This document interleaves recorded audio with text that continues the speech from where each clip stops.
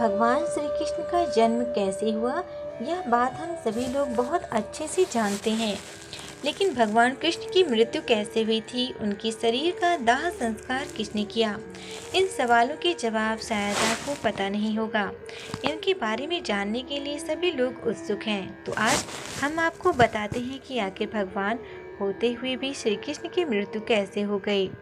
पुराणों में मान्यता है कि भगवान कृष्ण का जन्म 3112 ईसा पूर्व में हुआ था। श्री कृष्ण का जन्म मथुरा में हुआ था, लेकिन उनका बचपन गोकुल, वृंदावन, नंदगांव, बरसाना और द्वारिका आदि जगहों पर बीता था। कहा जाता है कि महाभारत युद्ध के बाद भगवान श्री कृष्ण ने 36 वर्षों तक द्वारिका पर राज किया। इसके बाद उन्होंने अपनी देह त्याग दी। मान्यता है कि उस समय उनकी आयु 125 वर्ष थी। भगवत पुराण में बताया गया है कि एक बार श्री कृष्ण के पुत्र सांबा को एक शरारत सूझी। वो एक स्त्री का वेश धारण कर अपने दोस्तों के साथ ऋषि मुनियों से मिलने गए। स्त्री के वेश में सांबा ने ऋषियों से कहा कि वो गर्भवती है। जब उन यदुवंश कुमारों ने इस प्रकार ऋषियों को धोखा देना चाहा, तो ऋषि क्रोधित हो गए और उन्होंने स्त्री बने सांबा को श्राप दिया कि तुम एक ऐसे लोहे के तीर को जन्म दोगी जो तुम्हारे कुल और साम्राज्य का विनाश कर देगा। ऋषियों के शाप सुनकर सांबा बहुत डर गए। उन्होंने तुरंत ये सारी घटनाएं जाकर उग्रसेन को बताई, जिसके बाद उग्रसेन ने सांबा से कहा कि वे तीर का चूड़ बनाकर प्रभास नदी में प्रवाहित कर दें। इस तरह उन्हें उस शाप से छुटकारा मिल जाएगा।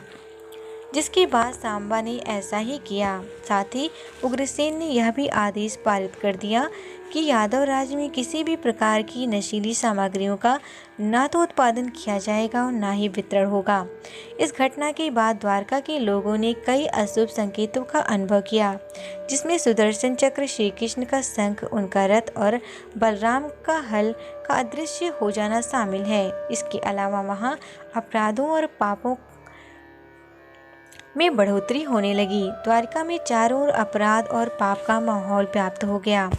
ये देखकर श्री कृष्ण बहुत दुखी हो गए और उन्होंने अपनी प्रजा से ये जगह छोड़कर प्रभास नदी के तट पर जाकर अपने पापों से मुक्ति पाने को कहा। उनकी बातों को सब लोग मानकर प्रभास नदी के तट पर गए, लेकिन वहां जाकर सभी मदिरा के नशे में चूर हो गए और एक दूसरे से बहस करने लगे। इसके बाद उनकी बहस ने लड़ाई का रूप धारण कर लिया और वो आपस में ही लड़ने मरने लगे। इस तरह आपस में ही लड़कर सभी लोग मर गए।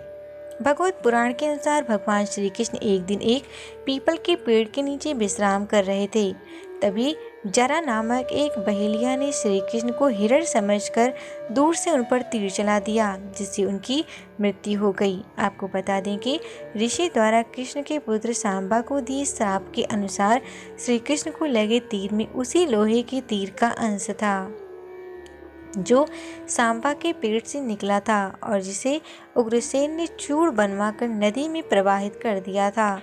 इस तरह ऋषि के शाप के अनुसार समस्त यदुवंशियों का नाश भी हो गया था और गांधारी के शाप के अनुसार महाभारत के युद्ध के बाद श्री कृष्ण के 36 वर्ष भी पूरे हो गए थे।